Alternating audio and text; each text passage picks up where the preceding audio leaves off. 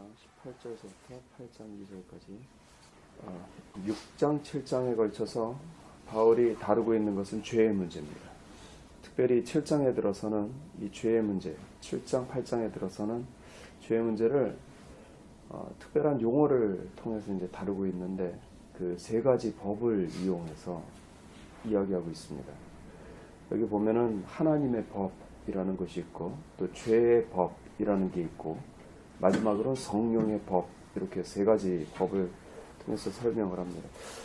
근데 이제 7장에 나와 있는 그 바울이 고백을 보면 자기가 마음으로는 하나님의 법을 즐거워한다 이렇게 되어 있어요. 22절 보시면 내 속사람으로는 하나님의 법을 즐거워하되, 그러니까 자기는 마음으로는 하나님의 말씀을 기뻐하는 거예요. 그래서 지키고도 싶은 거예요. 순종하고 싶은 거예요. 우리 시편 1편에 보면 복 있는 사람은 그러면서 여호와의 율법을 즐거워하여라는 표현이 있거든요. 그것처럼 이렇게 하나님의 말씀을 좋아하는 거는 좋은 거예요. 그건 나쁜 게 아니고 분명히 복을 받으려면 그래야 돼요. 그런데 그거 가지고는 불충분했다는 거예요. 또 다른 법이 자기 안에 있다는 것을 발견해요. 그러니까 마음으로는 하나님의 말씀을 즐거워하고 기뻐하는데 또 다른 법이 자기 안에 있는데 그건 죄의 법이어서 자기는 하나님의 말씀대로 살고 싶은데 자기가 원치 않는 죄를 자꾸 짓는 자기 모습을 발견했습니다. 그거를 죄의 법이라고 했어요. 그러니까 우린 이것만 생각하더라도 우리가 하나님의 말씀을 즐거워하고 좋아하고 듣기를 기뻐하는 것 가지고 신앙생활하고 있다고 착각을 하면 큰일이라는 거지. 이 죄의 법을 모르기 때문에 이게 말씀을 알아도 절대로 그 말씀을 지킬 수가 없다라는 걸 몰라요, 자꾸. 그러니까 말씀을 들어가지고 즐거워서 내가 기뻐서 의뢰가 됐다고 다 된 걸로 착각을 하면, 우리가 지난번에 로마서 말씀도 봤지만 하나님이 우리를 심판하는 기준은 말씀을 많이 알았다, 말씀 얼마나 들었다, 뭐를 배웠다가 아니라 율법을 지키는 것, 그걸 가지고 우리를 심판하신다라고 되어 있으니 이 행위라는 기준으로 놓고 보면 이게 얼마나 심각한 얘기냐 말이에요. 그래서 이 죄의 법에 대해서 우리가 알아야 된다는 거예요. 제가 예전에도 대학을 졸업하고 미국에 있다가 이렇게 방학에 왔는데 그때 이제 굉장히 은혜를 경험할 때였어요. 그러다 보니까 이제 말씀을 읽는데 말씀이 그냥 보이지가 않는 거예요. 너무 갈급한 심령으로 막 끌어당기는 그런 시즌을 보내고 있었는데, 저도 그런 변화가 너무 내심 좋았어요. 너무 내가 이렇게까지 말씀을 좋아할 수가 있나? 저도 고등학생 때 말씀 좋아했고요. 대학생 때 큐티 늘 했습니다. 근데 그때 읽어지는 말씀은 완전히 다른 차원이었어요. 제가 그래서 저희 목사님도 칭찬하시겠지. 그래. 목사님을 뵀는데 목사님이 자네 안에 그런 변화가 있는 게 너무너무 감사하고 좋은 일이야. 근데 그거 가지고는 안 돼. 아이고, 이거 가지고 안 되면 도대체 신앙생활이라는 게 도대체 뭔가 이게. 제가 그때 절망했어요, 절망. 말씀을 듣고 너무 좋았는데, 너무 감사했는데, 막 성경이 이게 막 눈이 열려서 보는 것 같은데, 저희 목사님, 그거 너무 감사하고 좋은 일이야. 인정. 근데 그거 가지고는 안 돼. 제가 도대체 어떡하란 말이에요. 제가 하나님한테 하소연하고 싶어요. 목사님한테 못하겠고, 무서워서. 하나님한테 이거 어떡하란 말이에요. 근데 안 되는 이유가 뭐냐면, 아무리 우리가 하나님의 말씀을 즐거워하고 좋아해도 우리 안에 또 다른 법이, 사도 바울이 말한 거는 죄의 법이 내 안에 있어서 죄가 나를 사로잡아서 하나님의 말씀을, 원하는 하나님의 말씀을 지키지 못하게 한단 말이에요. 이 죄의 법을 뭐라고 표현했냐면, 여기 보시면 20절 다시 한번 보시면, 만일 내가 원치 않은 그것을 하면 이를 행하는 자가 내가 아니요 내 속에 거하는 죄니라.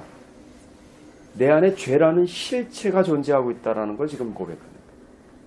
이게 예수 믿는 사람이 죄에 대해서 죽었다라고 할 때 우리 사상으로는 죽었다 그러면 존재의 문제예요.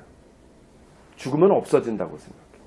근데 성경에서는 보통 죽었다라는 표현을 할 때 관계의 문제입니다. 뭐냐면 존재가 없어졌다는 뜻이 아니라 관계가 끊어졌다는 뜻이에요. 그러니까 예수 안 믿는 사람들에 대해서 저들은 죽었다라고 얘기하죠. 그러는 사람들에 대해서 그게 하나님, 생명 대신 하나님과 관계가 끊어졌다는 뜻이지 존재 안 한다는 뜻은 아니에요. 그들의 영혼은 심판 자리에 가서 영원히 심판하는 존재는 한단 말이에요. 근데 관계, 생명의 관계와 끊어졌기 때문에 죽었다라고 표현하는 거예요. 그러니까 죄에 대해서 우리가 죽었다라고 얘기할 때 죄가 없다는 뜻은 아니에요.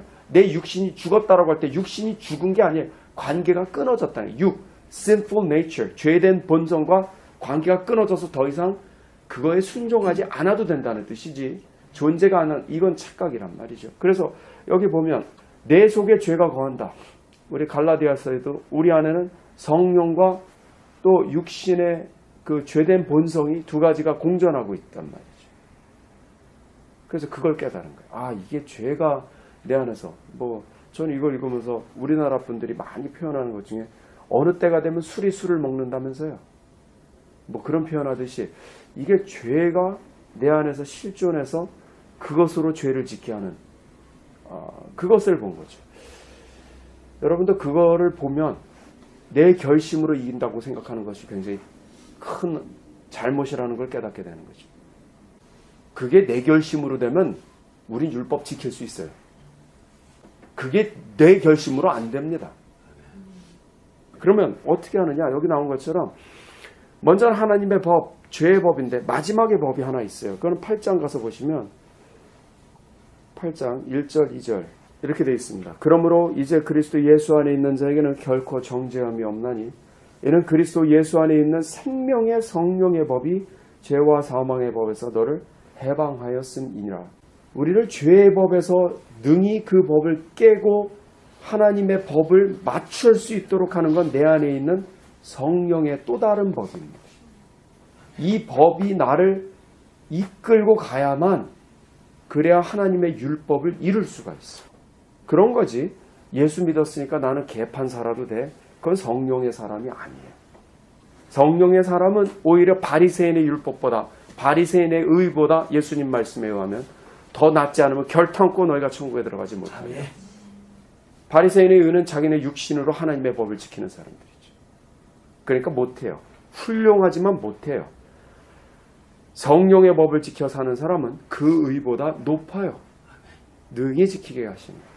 그래서 오늘은 성령의 법에 순종하기 위해서 우리가 이 자리에 나온 거죠. 하나님의 도움을 구하시는 거예요. 성령과 간과 교제하십시오. 성령님 오늘 이 시간에도 내게 오셔서 감사합니다. 나로 하여금 하나님의 법을 능히 지키게 하여 주옵소서. 내게 잘못된 습관들, 이 죄의 실체를 발견해서 이걸 이겨내게 해주십시오. 라고 기도하시기 바랍니다.